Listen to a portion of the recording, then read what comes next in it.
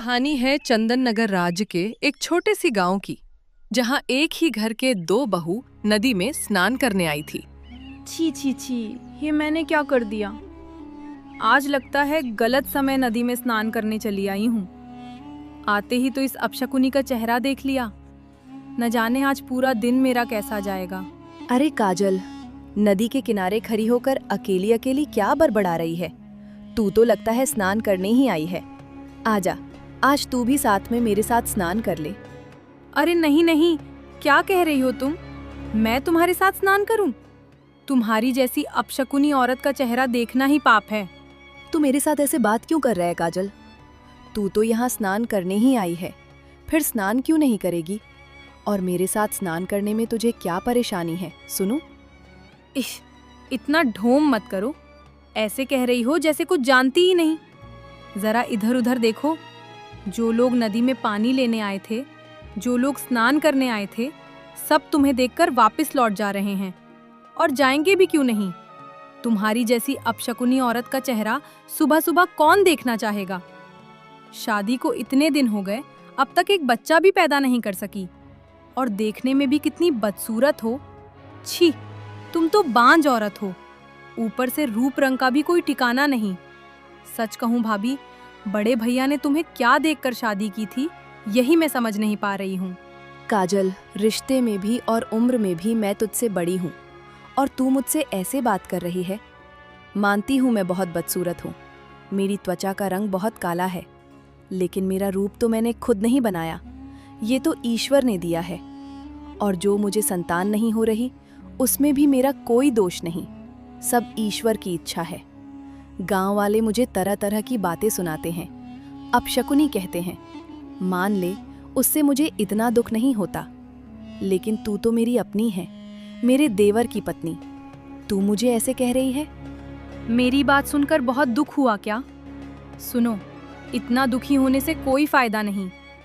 मैं तुम्हारे साथ खड़ी होकर यहाँ बात कर रही हूँ, यही तुम्हारे लिए बहुत बड़ी बात है, क्योंकि गांव का कोई आदमी तुम्हारा चेहरा तक देखना नहीं चाहता। तुम्हारे साथ खड़े होकर बात करना तो दूर की बात है। नहीं बाबा, मैं अब घर जाती हूँ। आज मेरा दिन ही खराब हो गया।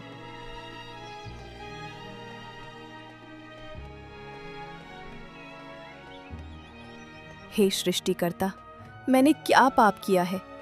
किस पाप की सजा तुम मुझे दे रहे हो, बताओ। पहले तो गांव वाले बातें सुनाते थे, अब तो घर वाले भी सुनाने लगे हैं। मेरा रंग काला है, मैं माँ नहीं बन पा रही हूँ, इसमें मेरा क्या दोष है? ये सब तो तुम्हारी ही इच्छा है।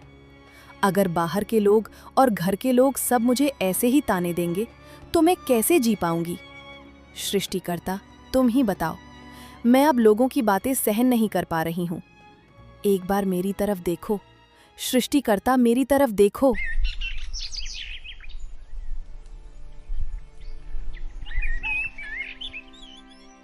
जब सीमा घर में बैठकर सिलाई कर रही थी, तभी सीमा का पति आकर उससे बोला, अरे ओ सीमा, मुझे खाना दोगी या नहीं? कुछ खाना बनाया है या नहीं? पूरे दिन उसी सिलाई मशीन पर खटर पटर करती रहती हो। अरे तुम आ गए।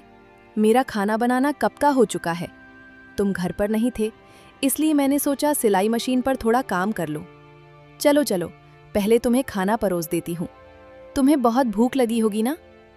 बस बस, इतनी मिठास दिखाने की जरूरत नहीं है। कभी कभी सोचता हूं, किस मनहूस घड़ी में मैंने तुझसे शादी की थी। तेरे माँ बाप ने मुझे ठग लिया। नहीं तो तेरी जैसी अपशकुनी औरत से क्या मैं शादी करता? देखा तुमने, किस बात से किस बात पर चले गए, और बार बार मेरे माँ बाप को दोष क्यों देते हो? तुमने तो मुझे देखकर ही शादी की थी, इसमें मेरे माँ बाप का क्या दोष है, बताओ। तेरे माँ बाप का दोष नहीं तो किसका दोष है? तेरे माँ बाप ने मेरे पिता के सामने तेरी इतनी तारीफ की कि मेरे पिता ने मुझे मजबूर कर दिया तुझसे शादी करने के लिए। शादी के कुछ दिन बाद ही मेरे पिता मर गए, और तेरी जैसी अपशकुनी औरत को मेरे गले में डाल गए। तू देखने में इतनी बदसूरत है, ऊपर से इतने दिनों में मुझे संतान का सुख भी नहीं दे सकी। अगर मेरे माँ बाप ने कोई गलती की है, तो उनकी तरफ से मैं तुमसे माफी मांगती हूँ। और अगर मैं तुम्हें इतनी ही नापसंद हूँ, तो तुम मुझे छोड़ दो। मैं अभी इसी वक्त ये घर छोड़कर चली जाती हूँ। तुम्हें मेरे साथ और घर बसाने की जरूरत नहीं है। तुझे अब छोड़कर क्या फायदा होगा? मेरी जो इज्जत जानी थी वो तो जा चुकी। गांव वाले, पड़ोसी, रिश्तेदार, कोई भी मुझे बातें सुनाने से नहीं चूकता। सबको लगता है कि मैंने तेरे पिता से बहुत पैसा लेकर तुझसे शादी की है, लेकिन सच ये है कि मैंने तेरे पिता से एक पैसा भी नहीं लिया था। देखो, हमारी शादी को कितने साल हो गए, फिर भी तुम मुझे यही सब सुनाते हो। मैं तो तुम्हें कितनी बार कह चुकी हूँ, अगर तुम्हें मेरे साथ घर बसाने में परेशानी है तो मुझे छोड़ दो। मैं माँ नहीं बन पा रही हूँ। मेरा रंग काला है, इसमें मेरा कोई दोष नहीं। सृष्टिकर्ता ने मुझे ऐसा ही बनाया है, इसमें मैं क्या कर सकती हूँ? तुम ही बताओ। मैं तो ये सब बातें कहना नहीं चाहता, लेकिन तेरा चेहरा देखते ही मेरे मुंह से ऐसी बातें निकल ही जाती हैं। चल चल, अब बहुत हुआ। ये नकली रोना बंद कर और मुझे खाना दे, बहुत भूख लगी है। ये कहकर सीमा का पति वहां से चला गया। इधर सीमा भी उदास होकर बैठी रही और उधर काजल का पति घर आकर काजल से बोला, अरे सुनो, तुम तो घर में बैठी हो, बताओ खाना वाना कुछ बनाया है? मैं तो सुबह से बिना खाए काम पर गया था। अरे नहीं नहीं, मैंने खाना वाना नहीं बनाया। सुनो ना, तुमसे एक बात कहनी थी। तुम एक रसोइया रख लो, समझे? अगर मैं रोज चूल्हे पर खाना बनाऊंगी तो मैं बहुत काली हो जाऊंगी, मेरे हाथ पैर भी खराब हो जाएंगे। तुम क्या चाहती हो, मैं तुम्हें ऐसे चूल्हे पर खाना बनवाकर काला और बदसूरत कर दूं? अरे नहीं नहीं, ये क्या कह रही हो तुम? अगर तुम बदसूरत हो गईं, तुम्हारा रंग रूप खराब हो गया तो मैं तो पागल ही हो जाऊंगा। अच्छा अच्छा ठीक है, तुम्हें अब खाना नहीं बनाना पड़ेगा। मैं आज ही कोई नई रसोइया ढूंढूंगा, लेकिन जब तक रसोइया नहीं मिलती तब तक थोड़ा कष्ट करके तुम खाना बना देना, नहीं तो हमें भूखा रहना पड़ेगा। अच्छा ठीक है, अभी मुझे बहुत नींद आ रही है, मैं थोड़ा सो लेती हूँ, फिर उठकर खाना बना दूंगी। तुम अभी यहाँ से जाओ। हो, सुनो, देखो तो सही, बातों बातों में मैं तुम्हें एक बात बताना भूल ही गया। मैं तुम्हारे लिए खुशबू वाला तेल लाया हूं। ये तेल अगर तुम बालों में लगाओगी तो तुम्हारे बाल और भी सुंदर हो जाएंगे। क्या सच कह रहे हो तुम? मैं कब से सोच रही थी कि तुमसे खुशबू वाला तेल मंगवाऊं। अच्छा हुआ तुम ले आए। सच में तुम मेरा कितना ध्यान रखते हो। अरे क्या कह रही हो? ध्यान नहीं रखूंगा तो क्या करूंगा? आसपास के 10 गांवों में सबसे सुंदर पत्नी मेरी है। मैं चाहता हूं कि तुम हमेशा सज धज कर सुंदर बनी रहो। अच्छा सुनो, तुम्हें आज खाना नहीं बनाना पड़ेगा, तुम आराम से सो जाओ। आज का खाना मैं ही बना लेता हूं। सच में तुम मुझसे कितना प्यार करते हो। अच्छा तुम जाओ, मैं अब सो जाती हूँ। और हाँ, खाना बन जाए तो मुझे खाने के लिए बुला देना। सुनो, तुम इसकी चिंता मत करो, तुम आराम से सो। खाना बन जाएगा तो मैं तुम्हें बुला दूंगा। क्या मैं तुम्हें छोड़कर अकेले खाना खा सकता हूँ? अच्छा, अब मैं जाता हूँ। इसके बाद काजल का पति कमरे से चला गया। अगले दिन सुबह जब सीमा नदी में स्नान करने जा रही थी, तभी एक बूढ़ी महिला ने उसे आवाज देकर कहा, अरे सीमा, बहुत दिनों बाद तुझे देखा रे बेटी। इतनी सुबह सुबह कहाँ जा रही है तू? मैं नदी में स्नान करने जा रही हूँ, क्या आप मेरे साथ चलेंगी? अरे बेटी, मैं अभी तेरे साथ नहीं जा पाऊंगी। मुझे जरा दुकान जाना है, दुकान से तेल लाना है। आप भी मेरे साथ जाना नहीं चाहती? गांव का कोई आदमी मेरा चेहरा तक देखना नहीं चाहता। मेरे साथ मेल जोल रखना, बात करना तो बहुत दूर की बात है। अरे बेटी, तू इतना दुख मत कर। देखना, एक दिन सब ठीक हो जाएगा। गांव का हर आदमी तुझसे बात करने के लिए आगे आएगा। नहीं दादी माँ, मेरे साथ बात करने के लिए कोई आदमी कभी आगे नहीं आएगा। मैं तो बांझ हूँ, काली हूँ, अपशकुनी हूँ। अरे बेटी, तू ऐसा कुछ कर कि तेरे मुंह पर कोई कुछ कह ना सके। जानती है ना, जिसके पास पैसा होता है दुनिया उसी को मान देती है, सम्मान करती है, उसके मुंह पर कुछ कहने से डरती है। लेकिन दादी माँ, मेरे पास तो कोई पैसा नहीं है, न कोई संपत्ति है, फिर लोग मेरा सम्मान क्यों करेंगे? तेरे पास बहुत गुण है बेटी। तू बहुत सुंदर सिलाई का काम करती है, नए नए कपड़े बना सकती है। तेरे जैसा हुनर इस गांव में किसी और के पास नहीं है। लेकिन दादी माँ, ये सब हुनर जानकर भी मैं क्या करूं? मैं आपकी बात समझ नहीं पा रही हूँ। क्यों बेटी, तू इतने सुंदर कपड़े और चादर बना सकती है। तू एक काम कर, कपड़े और चादर बनाकर बेच। देखना, एक दिन तेरा बहुत नाम होगा। जरूरत पड़ी तो मैं तेरी मदद भी करूंगी। लेकिन दादी माँ, मेरे हाथ से बने कपड़े और चादर क्या इस गांव के लोग खरीदेंगे? गांव वाले तो मुझे अपशकुनी मानते हैं, मुझसे बात तक नहीं करना चाहते। अरे, शुरू में शायद तेरी बिक्री थोड़ी कम होगी, लेकिन देखना, जब तेरे काम की सुंदरता पूरे गांव में फैल जाएगी, तब तुझे सोचने का भी समय नहीं मिलेगा। तू देर मत कर बेटी, आज से ही अपना काम शुरू कर दे। मैं तेरे साथ हूँ, तेरे पास हूँ। आपने सही कहा दादी माँ, इस संसार में सिर ऊंचा करके जीना है तो अपना कुछ करना ही पड़ेगा। अगर मुझे जीना है तो मुझे आपकी बात माननी ही होगी। अब तो मेरी वजह से मेरे पति को भी लोग तरह तरह की बातें सुनाते हैं। मैं तुझसे एक बात कहकर रखती हूँ बेटी, तू देखना, एक दिन सिर ऊंचा करके जिएगी। गांव का हर आदमी तेरा सम्मान करेगा। तेरे गुणों की चर्चा हर किसी की जुबान पर होगी। तू बस मन साफ रखकर अपने लक्ष्य की तरफ बढ़ती जा बेटी, मैं तेरे साथ हूँ। इसके बाद लगभग 1 साल बीत गया। 1 साल बाद सच कहूं, आज खुद को बहुत भाग्यशाली महसूस कर रहा हूं। याद है, आज से कुछ साल पहले जब मैं तुम्हें ब्याह कर लाया था, तब गांव वाले कहते थे कि मैंने तुमसे पैसों के लिए शादी की है। लेकिन आज देखो, तुम्हारी वजह से गांव में मेरी इज्जत कितनी बढ़ गई है। अब मैं जिधर से निकलता हूं, लोग मुझे बुलाकर बात करते हैं। छोड़ो भी उन पुरानी बातों को। देखा तुमने, गांव वाले मेरे हाथ के काम की कितनी तारीफ करते हैं। गांव के सारे लोग मेरी दुकान से कपड़े खरीदते हैं। सब कहते हैं कि मेरे हाथ का काम बहुत सुंदर है। मैं चाहती हूँ कि मेरे हाथ का काम, मेरे बनाए हुए कपड़े दूर दूर तक फैलें। तुम्हारी ये इच्छा जरूर पूरी होगी। आज से 1 साल पहले हमारी हालत कितनी खराब थी। घर चलाना मुश्किल हो गया था। फिर जब तुमने व्यापार शुरू किया, उसमें इतना लाभ हुआ कि अब गांव के अमीर लोगों में हमारा भी नाम शामिल हो गया है। अरे, हम भी अब बड़े लोग बन गए हैं, और ये सब सिर्फ तुम्हारी वजह से हुआ है।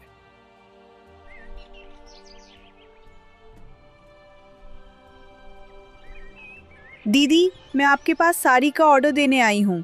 दरअसल 2 दिन बाद मेरी बहन की शादी है, इसलिए हमने तय किया है कि शादी की सारी साड़ियाँ आपकी दुकान से ही लेंगे। आपके हाथ का काम इतना सुंदर है कि माँ बार बार आपकी ही तारीफ कर रही थी। सारी साड़ियाँ मिल जाएंगी ना दीदी? हाँ हाँ बहन, सारी साड़ियाँ मिल जाएंगी। तुम बस मुझे बता दो कितनी साड़ियाँ चाहिए और कैसी चाहिए। मैं समय से पहले सब तैयार कर दूंगी। अरे काजल, तू पहली बार मेरी दुकान पर आई है, कैसे आना हुआ? तुम्हारा तो अब बहुत नाम हो गया है। तुम तो बड़ी व्यापारी बन गई हो। गांव के हर आदमी की जुबान पर बस तुम्हारा ही नाम है। इंसान का नाम सुंदरता से नहीं, गुणों से होता है। आप मुझे इस तरह ताना देकर अपमान कर रही हैं? मैं तेरा बेवजह अपमान क्यों करूंगी? मैंने तो सिर्फ सच कहा है। काजल, तेरे भैया यूं ही कह रहे हैं, तू उनकी बात का बुरा मत मान। लेकिन तुम्हें तो अब बहुत घमंड हो गया है। मुझसे मिलती हो तो ठीक से बात भी नहीं करती। नहीं नहीं काजल, तू मुझे गलत मत समझ। अब मेरे पास समय बहुत कम रहता है। पहले ऐसा समय था जब सब मुझे अपशकुनी समझते थे और कोई मुझसे बात नहीं करता था। अब गांव का हर आदमी मुझसे बात करने आता है, लेकिन समय की कमी के कारण मैं किसी को जवाब नहीं दे पाती। मेरी दुकान में अभी बहुत काम है, मैं तुझसे बाद में बात करूंगी, ठीक है? अरे, इतनी घुमा फिरा कर कहने की क्या जरूरत है? सीधे सीधे कह देती कि दुकान से निकल जा। ये कहकर काजल वापस घर आ जाती है। वो सीमा की तरक्की देखकर अंदर ही अंदर जलने लगती है। पता नहीं क्यों मेरी सुंदर पत्नी को देखकर लग रहा है कि आज उसका मन खराब है। मन खराब क्यों नहीं होगा, तुम ही बताओ। अब गांव में कोई मेरे रूप की तारीफ नहीं करता। सबकी आंखों का तारा वो अपशकुनी औरत बन गई है। अरे सुनो, छोड़ो भी उसकी बात। वो चाहे कितनी भी बड़ी व्यापारी बन जाए, तुम्हारी तरह सुंदर कभी नहीं हो सकती। उस औरत की तारीफ मैं बिल्कुल सहन नहीं कर सकता। अब तो वो मुझे भी भाव नहीं देती, जानते हो। अरे सुनो, वे लोग अब बहुत घमंडी हो गए हैं। गांव के सबसे अमीर लोग बन गए हैं। 1 साल में उन्होंने बहुत सफलता पाली है। मैं उनका सब कुछ खत्म कर दूंगी। ऐसा कुछ करूंगी कि उनका व्यापार पूरी तरह बर्बाद हो जाए। लोग फिर से उस औरत को अपशकुनी समझें, उसे कोई महत्व ना दे, उससे कोई बात ना करे। ये कैसी बातें कर रही हो तुम? मैं बिल्कुल सही कह रही हूँ। मैं उन्हें सड़क का भिखारी बनाकर छोड़ूंगी। उनका सारा घमंड मिट्टी में मिला दूंगी। आज रात मैं उनकी दुकान में आग लगा दूंगी, सब जलकर राख हो जाएगा। अरे नहीं नहीं, तुम्हें ऐसा कुछ नहीं करना चाहिए। ऐसा करने पर मुसीबत में पड़ सकती हो। मैं किसी मुसीबत में नहीं पड़ूंगी, किसी को कुछ पता भी नहीं चलेगा। तुम मेरी मदद करोगे? अरे सुनो, ये सब छोड़ो, कुछ और सोचो। ये करना बिल्कुल ठीक नहीं होगा। जो मैंने सोच लिया है वो करके ही रहूंगी। तुम बस इतना बताओ, मेरी मदद करोगे या नहीं? तुम्हारी मदद किए बिना मेरे पास और कोई रास्ता है क्या? फिर वो दोनों बीच रात को सीमा की दुकान पे आग लगाने के लिए चले जाते हैं। जरा सोच लो, आखिर वे मेरे बड़े भाई और भाभी हैं। उनका इतना बड़ा नुकसान करना क्या ठीक होगा? सुनो, ये सब बातें करने का समय अभी नहीं है। जो करने आए हैं वो जल्दी करो, नहीं तो आसपास कोई देख लेगा तो बहुत बड़ी मुसीबत हो जाएगी, समझे? इसके बाद दोनों ने मिलकर दुकान में आग लगा दी। जब आग धो धो करके जलने लगी तब वे वहां से चले गए। ये मेरे साथ क्या हो गया? मेरे सारे सपने, मेरी सारी मेहनत आग में जलकर राख हो गई। अब तो मुझे लग रहा है कि लोग मेरे बारे में जो कहते थे वो बिल्कुल सही था। मैं सच में अपशकुनी हूँ। मुझसे कभी कुछ नहीं हो सकता। चुप हो जा बेटी, इस तरह रो मत, थोड़ा शांत हो जा। मुझे लगता है तेरी सफलता की खुशी कोई सहन नहीं कर पाया। किसी ने जानबूझकर तेरी दुकान में आग लगाई है। अब गांव वाले फिर से मुझ पर हंसेंगे। दिन रात मेहनत करके जो दुकान मैंने खड़ी की थी वही जलकर राख हो गई। यही दुकान तो हमारा भविष्य थी दादी माँ। जिसने तेरा इतना बड़ा नुकसान किया है उसका कभी भला नहीं होगा। मैं तुझसे बार बार कह रही हूँ, किसी ने जानबूझकर ये आग लगाई है। दादी माँ, आपकी बात से ही मैंने पहली बार व्यापार शुरू किया था। आपकी वजह से आज मैं सिर ऊंचा करके जी पा रही हूँ। लेकिन देखिए, आज आग में सब कुछ जलकर खत्म हो गया। तेरा दुख अब मुझसे देखा नहीं जाता बेटी। तू धैर्य रख, ईश्वर पर विश्वास रख। देखना, एक दिन सब फिर ठीक हो जाएगा। तेरे पास जितना धन है उससे तू फिर से सब शुरू कर। अगर और पैसों की जरूरत हो तो मैं तेरी मदद करूंगी। ये कैसे हो सकता है दादी माँ? मैं आपसे कभी कुछ नहीं ले सकती। देख बेटी, मना मत कर। मेरे तीनों कुल में कोई नहीं है। मैं मर जाऊंगी तो मेरा सारा धन दौलत यहीं पड़ा रह जाएगा। उससे अच्छा है कि जीते जी मैं सब तुझे दे दूं, तो मरने के बाद मुझे शांति मिलेगी। ठीक है दादी माँ, लेकिन आपको भी मेरी एक बात माननी होगी। आज से आप हमारे साथ हमारे घर में ही रहेंगी। देखा, कितना सुंदर काम किया हमने। उन्हें बिल्कुल सड़क का भिखारी बना दिया और किसी को कुछ पता भी नहीं चला। तुम बेकार में डर रहे थे। तुम्हारे दिमाग में क्या चालाकी है? तारीफ किए बिना मैं रह नहीं पाया। बस बस, अब मेरी तारीफ करने की जरूरत नहीं है। सुनो, मैंने सुना है बाजार में एक नई क्रीम आई है। नाम है ब्यूटी क्रीम। वो क्रीम मुझे लाकर दोगे? तुम्हें किसी क्रीम की जरूरत है क्या? तुम तो वैसे ही कितनी सुंदर हो। क्रीम तो बदसूरत लोग लगाते हैं। नहीं नहीं, मुझे वो क्रीम लाकर देनी ही होगी। मैं कुछ नहीं जानती। तुम बस इतना बताओ, लाकर दोगे या नहीं? अच्छा अच्छा, ठीक है, मैं तुम्हें क्रीम ला दूंगा। नहीं तो तुम मानोगी नहीं। आज शाम ही मैं तुम्हारे लिए क्रीम ले आऊंगा। फिर मेरी सुंदर पत्नी और सुंदर हो जाएगी। इसके बाद काजल का पति क्रीम लाकर दे दिया। काजल लगभग हर दिन बहुत ज्यादा मात्रा में क्रीम लगाकर सारा दिन बैठी रहती थी। इसी तरह कई दिन बीत गए। मैंने तुम्हें कितनी बार कहा था कि बाजार की ऐसी उल्टी सीधी क्रीम मत लगाओ, लेकिन तुमने मेरी एक नहीं सुनी।